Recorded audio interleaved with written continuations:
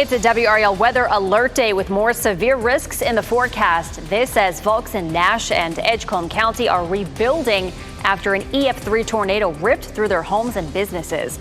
We have live team coverage this morning as the cleanup gets underway. Plus, a man hit and killed by a truck on I-40 in Johnston County. What we are learning in the overnight investigation out of this. And someone is waking up $1 billion richer. What we know about the $1 billion Powerball jackpot ticket. I'll tell you what we do know. We didn't win it. Nobody in North Carolina won it. We'll have more in that story coming up. We're here at work for you today. We didn't win the Powerball. That's okay. We're here. Thanks for joining us. I'm Michelle McConaughey. And I'm Jeff Hogan. It is good to have you along. Thanks for making us part of your routine here. As we get started here, a WRAL weather alert day has been issued. Elizabeth Gardner in the WRAL Severe Weather Center with that. Yes, we do have a level 1 risk for severe storms across most of our viewing area. Yesterday, we of course had a level 2 risk for the Sandhills for today, and that has been shifted down to the south. So that was definitely some positive improvement that we saw this morning from the Storm Prediction Center. But we still have the potential for some storms to develop and move through this evening that could produce some wind damage. So we'll be watching for that. Nothing showing up on the radar right now. These storms are not likely to move in until closer to 5 to 7 o'clock this evening. So we'll see beautiful skies out there. It's gorgeous right now. It's a little bit on the sticky side, but beautiful blue sky. Will be partly cloudy this afternoon. You can see those clouds thickening up. And then a cluster of thunderstorms from well to our northwest will hang on and slide down into our viewing area. And that's going to bring us that chance of some wind damage. Gusts up to 60 miles per hour could knock down a couple of trees. It should be isolated in terms of our potential for severe storms, but it is a level 1 risk. 75 degrees right now. We take a live look at what's happening here in Fayetteville. 72 degrees is our dew point. So it's a warm and sticky start. We do climb into the low 90s for this afternoon, and the heat index will make it feel more like triple digits. We'll see another day like that tomorrow before we actually get a bit of break from the humidity over the weekend. I'll show you that coming up, Brian. 8:02 right now. We are just getting reports of a crash on 440 eastbound right around the Pool Road area. Not seeing any delays on the sensors, but look out for police activity if you're heading away from I-87 down toward Pool Road. Also still have this crash up on the north side of Raleigh at Old Wake Forest Road at Falls of Neuse Road. That is north of 440. Not seeing huge delays with that one either, but you still could see some police activity on the side of the road. Here are the 3 biggest delays that we are tracking right now through the triangle. On 440 westbound, the usual congestion between I-87 out toward Capitol Boulevard, about a 4-minute delay there. On the south side of Raleigh, some congestion on 40 westbound between 440 and US 1. About a 6-minute backup through that area. And in Durham on the southbound side of 885, delays from 147 down toward the Ellis Road interchange and TW Alexander Drive.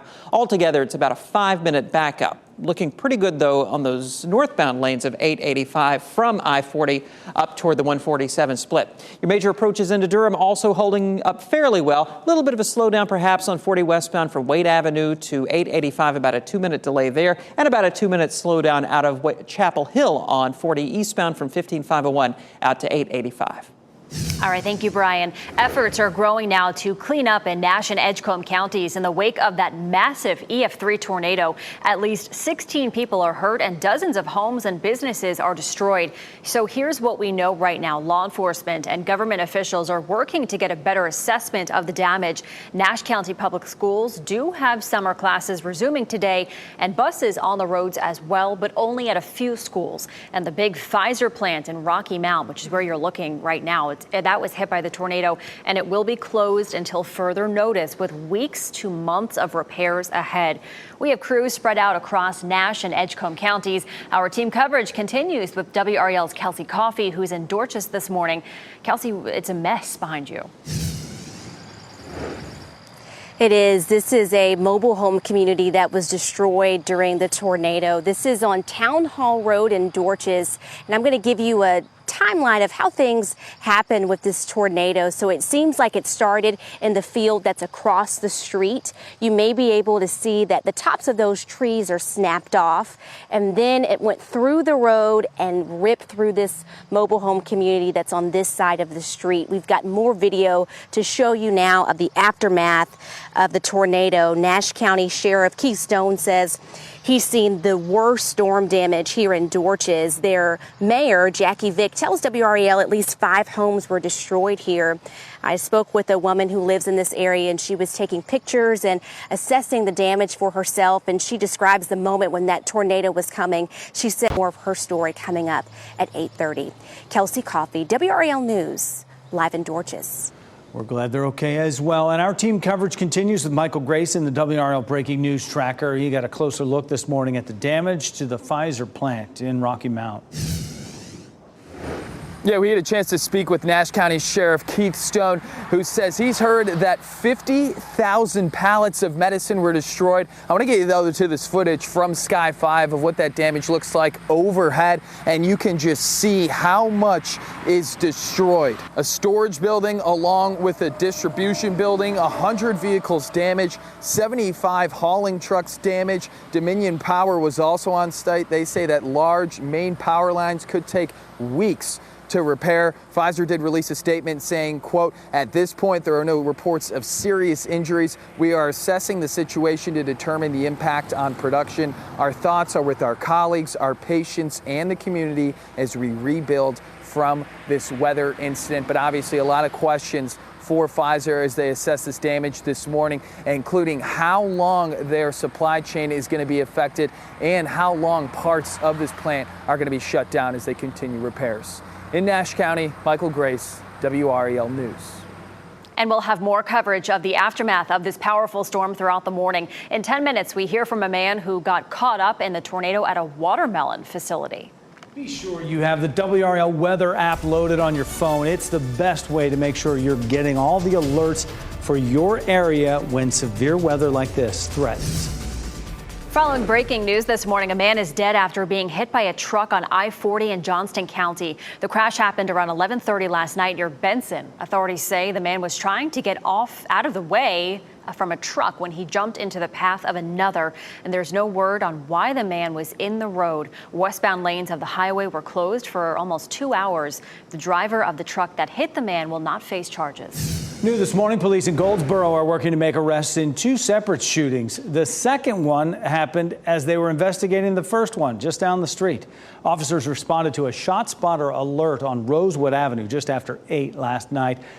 They were there and found a man who had been shot on Day Circle. He was taken to the hospital and is expected to recover. And as police were at that scene, they learned a 17-year-old had also been shot on Day Circle. The teenager was seriously hurt. Police say there's no indication these shootings were related. And more breaking news this morning. There's a winner of the $1 billion Powerball jackpot. The lottery says a single ticket sold in Los Angeles. It matched all 5 numbers and the Powerball. The winner will have the option of choosing the lump sum payment of more than $516 million. That's before taxes. So take a look. These are the winning numbers because 3 tickets in North Carolina matched 4 numbers and the Powerball for a $50,000 prize. The numbers are 7, 10, 11, 13, and 24. The Powerball was also 24, and the Power Play was 2. A man is in the hospital with serious injuries this morning after a shooting in Raleigh. It happened on Pool Road just after 3:30 Wednesday afternoon. Part of Pool Road was shut down for more than an hour during the investigation. No one is in custody. Coming up, her apparent abduction attracted national attention, but now home safe. The story is not adding up. Why Carly Russell's actions have law enforcement questioning what really happened. And 50,000 soccer fans packed the stadium in Chapel Hill last night. Highlights from the big Chelsea-Wrexham showdown just ahead. And it is a WRAL weather alert day. We have a level 1 risk for severe storms for most of our viewing area. I'll show you the timeline and what you can expect.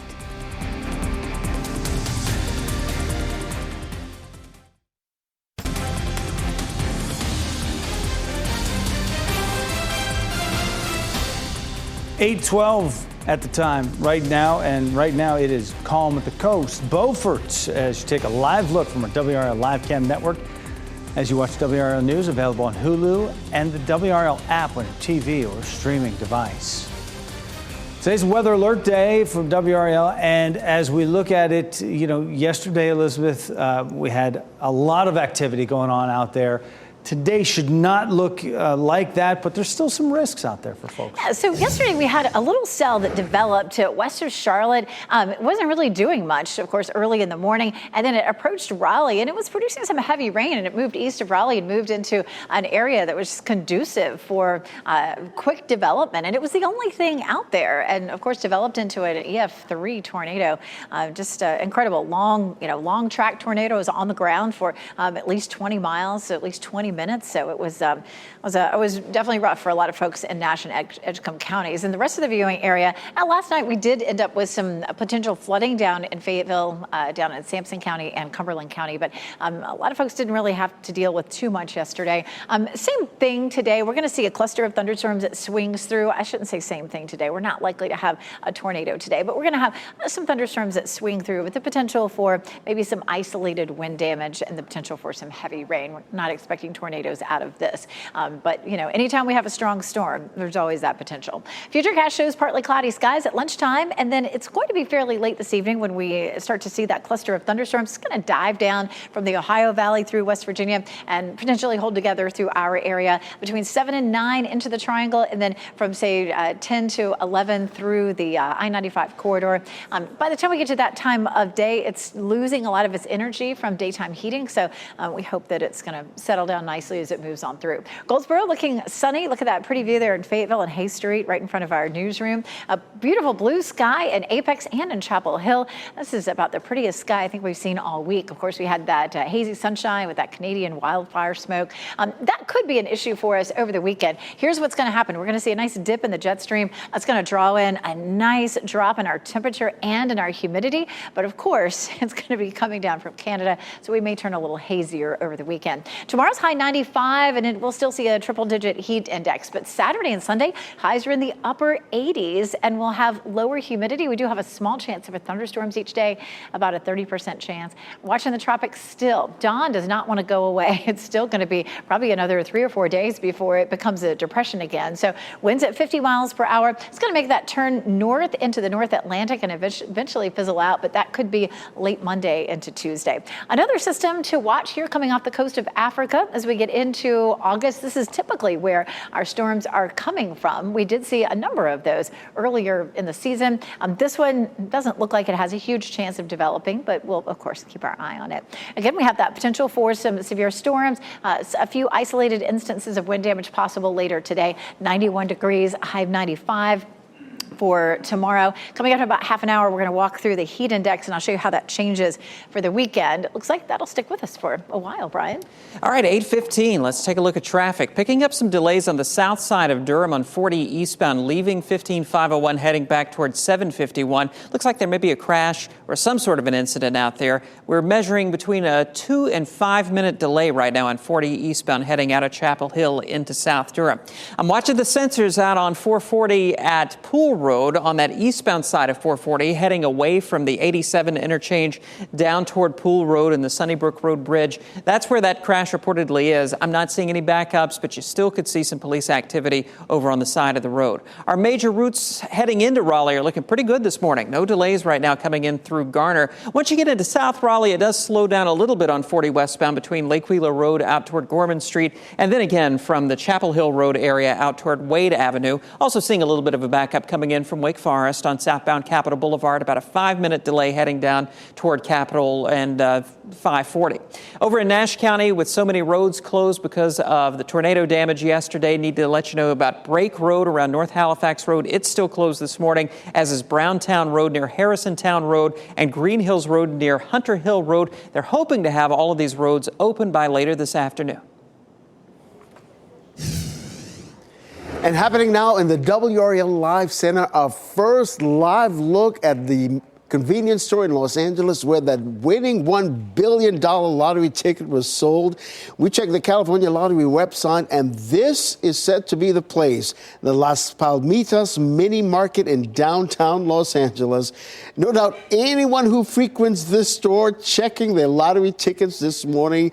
This is the 6th largest jackpot in U.S. history and the 3rd largest in the history of the Powerball game. Before taxes, as we reported about 10 minutes ago, the winner can take home the lump sum of about $516 million. No doubt this mini mart will be a very popular place today. I can guarantee that. All right, Ken, thank you. Well, in the tornado's path in Nash County, Bozeman Farms, the watermelon processing plant, was severely damaged. It ripped the roof off the front part of the building here. We told you they will have to tear it down. A truck driver told WRAL that he just arrived at the facility to pick up a load when he got the tornado warning on his phone. He says debris flew around him, and so he just grabbed onto a pole and prayed. So I take it one post like that, and my body is leave it out. Your legs are off the ground? Yes, off the ground. Everything is fall up around me. Everything. Metals, beans, everything. My goodness. Thank goodness he's okay. He said another driver was trapped under debris and did have to go to the hospital. Carowinds is in the process of testing its Fury 325 roller coaster. You'll remember a guest at the park spotted this big break in the support beam earlier this month. The park has since replaced that beam, and they're now running tests, and the roller coaster is running to make sure the beam can be stable.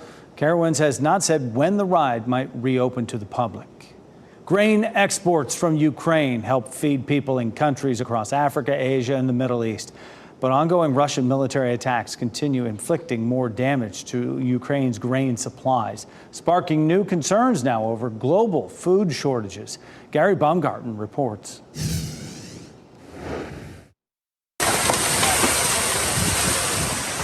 An intense Russian missile attack on a major port in southern Ukraine, igniting new concerns over the ongoing war's impact on global food supplies.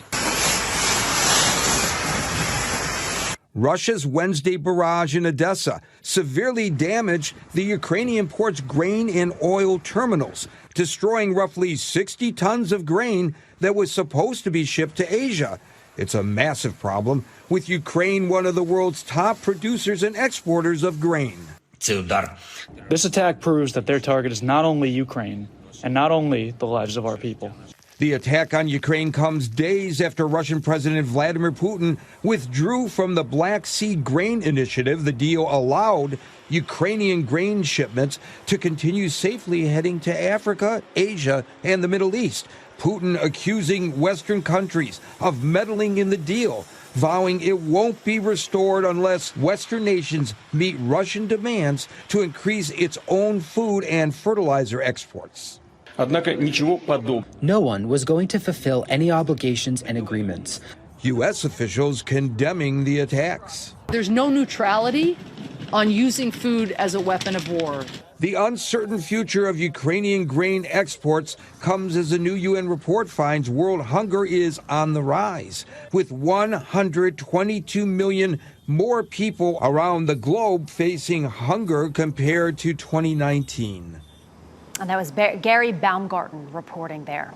Well, after days of questions, police say they're still investigating the 2-day disappearance of an Alabama woman, but they have no evidence of any abduction. Carly Russell initially disappeared last Thursday night outside of Birmingham after calling 911 to report a toddler walking on the highway. She then turned up at home alone 2 days later. The police chief said as Carly was on the phone with 911, data from her phone showed that she drove 600 yards. Which tells me that I've had kids. To think that a toddler, barefoot, that could be 3 or 4 years old, is going to travel 6 football fields without getting in the roadway, without crying, it's just very hard for me to understand. Law enforcement also laid out a timeline before the call took place. They say that she took a bathrobe and toilet paper from her place of work and bought snacks, which were not found near her abandoned car. Michelle, police also say in the days leading up to Carly's disappearance, she searched online for things like, do you have to pay for an Amber Alert, how to take money from a register without being caught, and a search for a one-way bus ticket from Birmingham to Nashville. Police say Carly told them a man pulled her into a car along the highway. Then she got free, and then she was pulled by a man and a woman into an 18-wheeler, abducted again. And she says those last few people made her undress and blindfolded her as well. A lot still missing from this story here. All right, well, Wrexham, the Welsh soccer team owned by Ryan Reynolds, did not have the strongest start to its U.S. tour. The team was shut out in a first-of-its-kind match against Chelsea, an English team, at Keenan Stadium in Chapel Hill last night. More than 50,000 people packed into the stadium for the event, and some fans were even willing to cross a continent to be there. We drove 12 hours yesterday to get here, and we've rested this morning, and we're driving 12 hours to go back home tomorrow. Hey, a fan is a fan, right? The final score was 5-0. So exciting and so beautiful. My goodness. All right, coming up for us, a major case of a suspected serial killer in New York could now stretch to South Carolina. Law enforcement's gathering evidence in their case against Rex Heuermann. What property records are uncovering about the suspect in the Gilgo Beach murders? And cleanup continues in Nash and Edgecombe counties after tornadoes rolled through the region. An update on the damage and lingering impacts this morning.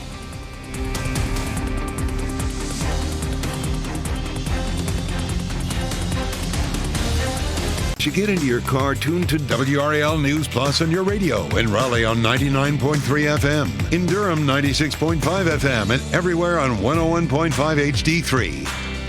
Good Thursday morning. Time now is 8:26. I'm Michelle McConaughey. Well, after the weather we had yesterday with that EF3 tornado, we are in for a weather alert day here at WRAL. Elizabeth Gardner walks us through what we can expect. We have a level 1 risk for severe storms across our area. Maybe 1 or 2 storms could produce some damaging winds up to 60 miles per hour. So it looks like we're going to have an evening round of thunderstorms that moves through the area. Right now, everything is looking nice and quiet on dual Doppler 5000 radar. It will be much later in the day that we see those storms. Beautiful, bright blue skies in Chapel Hill right now. We're seeing a gorgeous start to the day. It will be toasty if you're planning to head out and see the sunflowers in full bloom at Dix Park. You know, the earlier you can go, the better. We'll see a high of 91, heat index in the triple digits, and of course, during the evening, some scattered storms. Brian?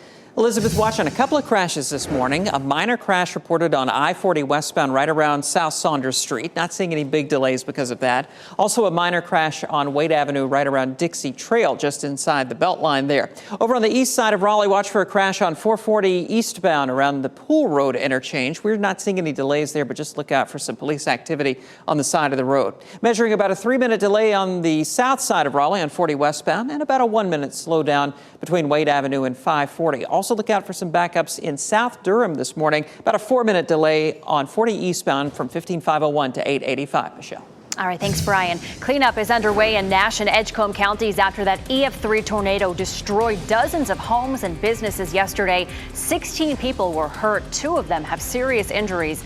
Power is back on across the area. The Pfizer plant in Rocky Mount hit by the tornado is closed until further notice.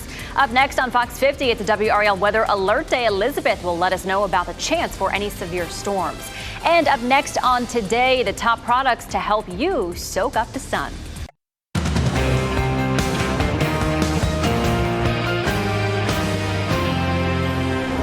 We have a level 1 risk for severe storms. Mainly this evening, we could see a few instances of wind damage. I'll go over the timeline for you on Futurecast.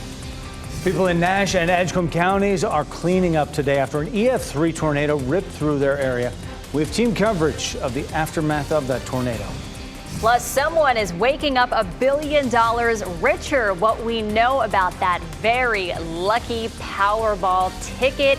They matched all the numbers. They matched the Powerball number, and now they're a billionaire. So we'll tell you who won, or at least where they're from. Right. Coming up. Thanks for staying with us. I'm Michelle McConaughey. And I'm Jeff Hogan. Yeah, they're very busy. Not telling anyone not telling just anybody. yet. So they get their affairs in order. Yeah. Certainly.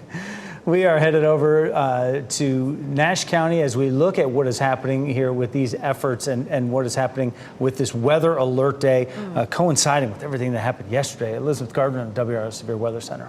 Yeah, we do have a level 1 risk for severe storms today for most of the viewing area. Yesterday, part of our viewing area was under a level 2 risk, but overnight last night, the Storm Prediction Center pushed that back down into Florida, into South Carolina. It looks like we could have some stronger storms there, but still the potential for 1 or 2 cells here to produce some wind damage, certainly with us later on this afternoon and evening. Dual Doppler 5000 radar showing dry conditions for us right now. We have some beautiful blue skies across our region currently. We take a look at Futurecast. By lunchtime, we start to see some of those big puffy cumulus clouds developing. And then after that, around 5, 6 o'clock, some of these cells begin to pop up and a cluster of thunderstorms comes swinging in from the north and west. And we'll see that between 7 and 9 through the triangle and then along the I-95 corridor between, say, 10 and 11 and moving out at midnight.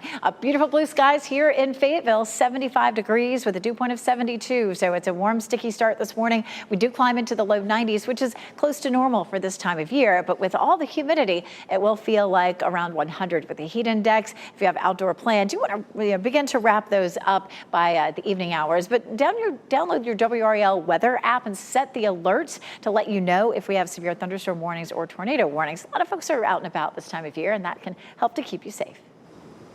All right, thanks, Elizabeth. Efforts are growing now to clean up in Nash and Edgecombe counties in the wake of that massive EF3 tornado we saw yesterday. At least 16 people are hurt and dozens of homes and businesses are destroyed. So here's what we know right now. Law enforcement and government officials are working to get a better assessment of the damage there. Nash County Public Schools do have summer classes resuming today and buses on the roads, but only at a few schools. So make sure to check about that. And the big Pfizer plant in Rocky Mount hit by the tornado is closed until further notice with weeks to months of repairs ahead. We'll head to that scene in just a minute. But first, we check in with WRAL's Kelsey Coffey in the hard-hit community of Dorchester. This mobile home community in Dorchester on Town Hall Road has been destroyed. You can see all of the insulation that's on the ground, people's belongings all scattered throughout this field. And I'm going to give you a timeline on how this tornado started. So it seems like it started in the field that's across the street. You may notice how all of those trees are snapped off at the top. So we believe that it started there. Then it went through the road and ripped through this entire mobile home community. Take a look at this video of the aftermath. Nash County Sheriff Keith Stone says he's seeing the most storm damage here in Dorchester. Their mayor, Jackie Vick, tells WRAL at least 5 homes were destroyed here. One neighbor says she's just thankful to be alive. I got up and opened the door and looked, and I saw it coming across that field over there. And so I said, it's going to hit us. And I just closed my door and dropped to my knees and started praying.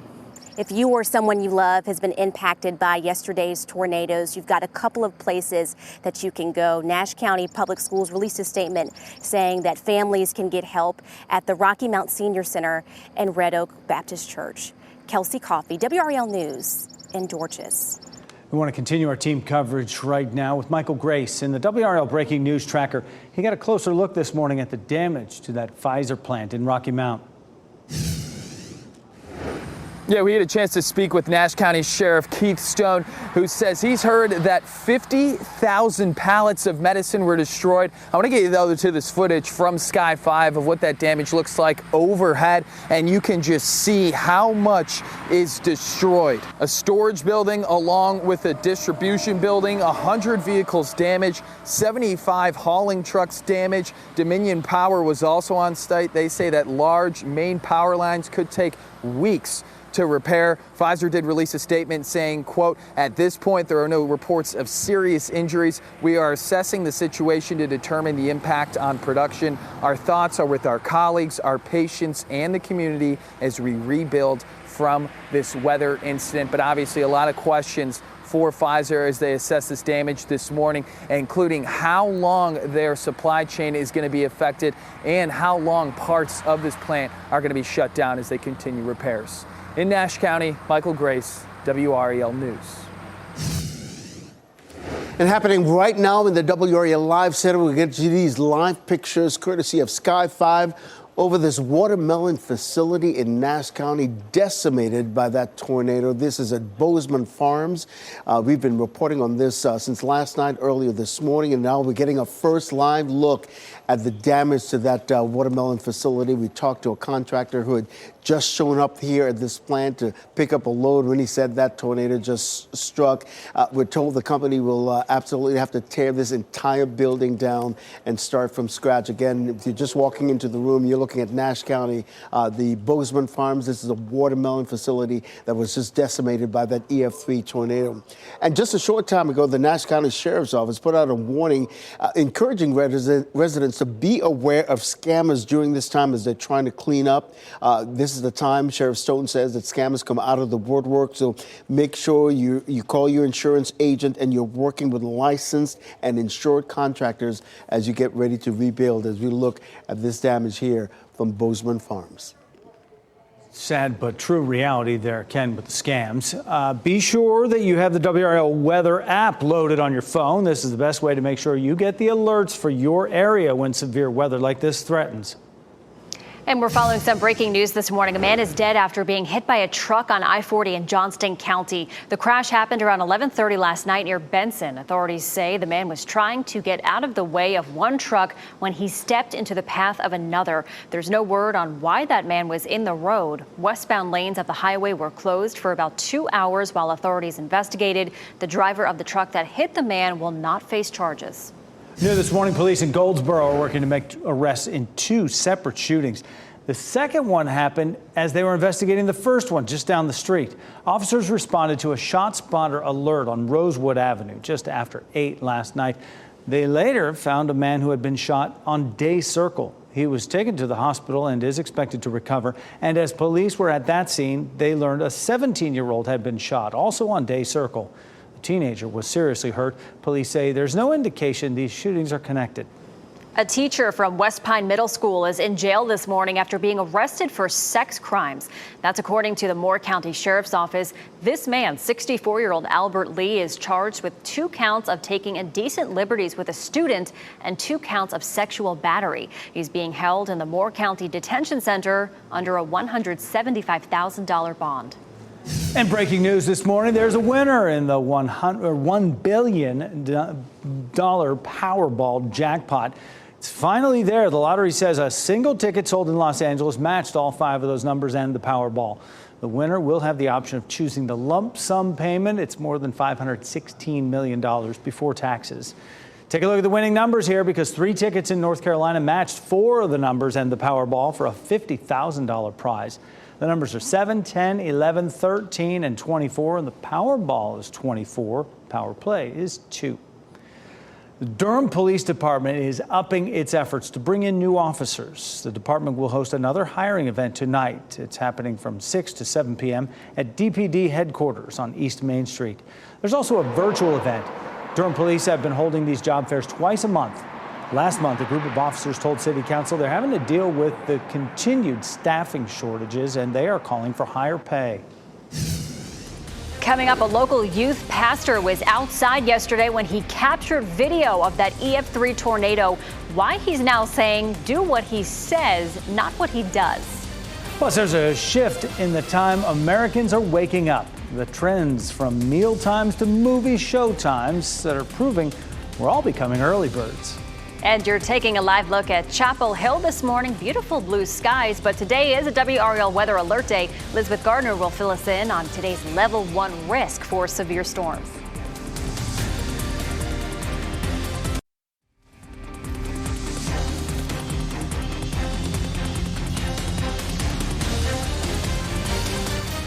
Welcome back. Good morning to you, Chapel Hill. Beautiful blue skies to start your Thursday morning. But it is a WRAL weather alert day. A lot of us under that level 1 risk for some severe storms later on. Meteorologist Elizabeth Gardner tracking it all for us. No rain in the area right now, Elizabeth. All dry on the dual Doppler 5000 radar. And it is so pretty out there. You know, we started the week with all that smoke from Canada. We might see a little bit more of that over the weekend. It's going to be a little bit of a trade-off, which I'll explain in just a minute. But let's take a look. We do have a level 1 risk for severe storms today. Yesterday, we were under a level 2 risk for severe storms from Fayetteville Fayetteville, up through Rayford, and almost all the way up to Sanford. But that got pushed back to the south. The Storm Prediction Center gave us an update early this morning. So looking at level 1, which is certainly a better news for parts of the viewing area, but we still have the potential for some isolated wind damage this evening. We take a look at Futurecast, and certainly everything looks bright and blue right now. We'll see puffy cumulus clouds developing around lunchtime, and this evening the thunderstorms roll through. A few of them may be some pop-up cells, but it's likely that we'll see a cluster of thunderstorms developing up around the Ohio Valley, holding together and dropping in on us during the evening, and that would bring us our best chance for storms. If we don't see that happening, it may be that our potential for some strong storms is reduced by a great bit, because we would just see a few isolated storms. But the models have been holding on to that potential here, so we're looking at that possibility, certainly. We take a look at Franklinton. Look at that gorgeous blue sky right now as we take a look over the middle school there in Franklinton. 75 degrees currently in the Triangle with a dew point of 72, so it's warm. It's going to be 91 this afternoon in Raleigh, 89 in Durham, 93 in Fayetteville. And these temperatures are pretty close to normal for this time of year, but when you add in the dew point at 72, that's the measure of moisture in the atmosphere, and there's a lot of it. That means that our heat index will be pretty high this afternoon. So 101 today and 102 tomorrow. Tomorrow, a front moves through without much rain, but it's going to open the door to our flow coming from the north. A couple of good things about that. It's going to drop our temperatures. Highs will be in the upper 80s Saturday, Sunday, and Monday, and it will also bring us a drier air mass. So our humidity drops, and so the heat index should be pretty close to 90 for those days. But anytime this summer that we've had a northerly wind, we've also had that smoky haze and a drop in our air quality. So we'll watch for that over the weekend. Of course, blue color contours are where temperatures are below normal, yellows are above normal. The light yellow is just barely above normal, and we start to see just a nice settling to our temperatures as we get into the weekend and early next week, just back down a lot closer to normal. So today's not far from normal, but we just have so much humidity in the atmosphere, and of course we do have that chance this evening for some stronger thunderstorms. 95 for tomorrow, and then again temperatures in the 80s. That's all the way through Monday, and then just low 90s for Tuesday and Wednesday. The humidity is likely to begin to creep back some next week, but it'll be nice to have at least a few days of a break. We may have some isolated storms Saturday and Sunday afternoon. Thanks, Elizabeth. A youth pastor captured some video of yesterday's tornado as it passed over and says it was a terrifying experience. He also says he recognizes he probably should have been finding shelter instead of taking the video. Josh Brown with Rise Church in Rocky Mount said he had a moment where fear just overcame him. Brown said someone called him to warn him about a tornado that could be seen behind the church. So he went outside and started recording the video you see here. He said there was a moment he thought the tornado might be moving in his direction. Unfortunately, when I ran back to the building, the power had gone out, so I wasn't able to get inside. So at that point, I was just kind of stuck outside with the tornado. So then I resort to the only thing I know is, God, please protect me. Don't do what I did. Like, I would say go and get safety. It was very scary. So this is part of Brown says some trees were down in the neighborhood right behind the church. From what he could tell, though, no homes in that neighborhood were damaged. And Jeff, the path of that tornado crossed I-95, leaving drivers stranded for hours. The winds toppled trees, dropping them onto passing cars. WRAL journalist John Payne happened to be driving on I-95 at the time. He witnessed drivers springing to action to help others who were trapped.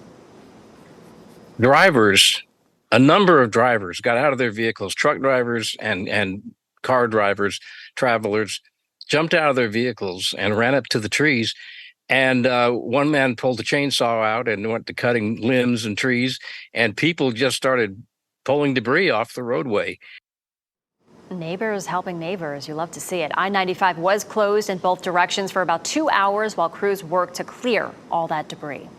And this morning, we're learning more about a suspected serial killer in New York and his ties to a community in South Carolina.